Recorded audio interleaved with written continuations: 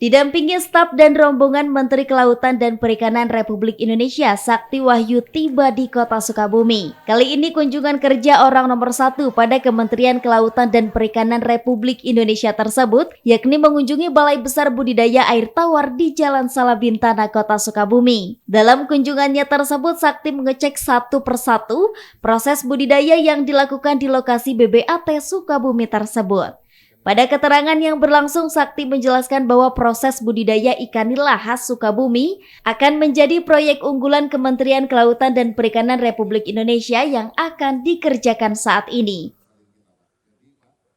Jadi saya ingin sampaikan bahwa ini yang saya bilang emas hitam yang masih terpendam, yang kita belum bisa eksplor lebih tinggi. Jadi saya hadir di sini tentu salah satunya adalah ada satu tantangan besar bahwa pasar nila itu, kalau teman-teman media membaca, meneliti gitu, pasarnya itu kira-kira sekitar 14 miliar dolar di tahun 2023. Dan itu akan meningkat terus sampai 2033 sampai 21 miliar dolar.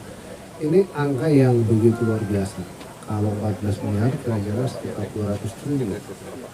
Jadi begitu besarnya angkanya, sementara kita, saya lihat belum ada ekspor dari Indonesia yang signifikan kecuali beberapa tempat dari Danau Toba.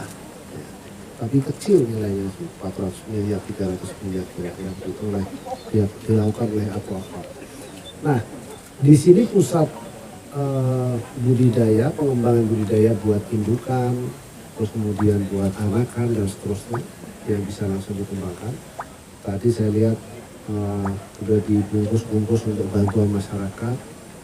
Jadi saya katakan ke depan ini harus betul, tidak hanya membangun lalu kemudian kita berikan kepada masyarakat dalam bentuk bantuan, tapi ke depan harus bisa menjadi BLU yang profesional.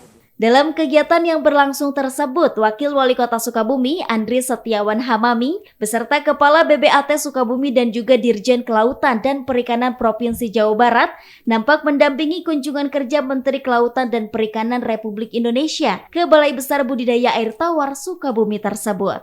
Dari Kota Sukabumi, Sofwan Julfikar melaporkan untuk Dinamika.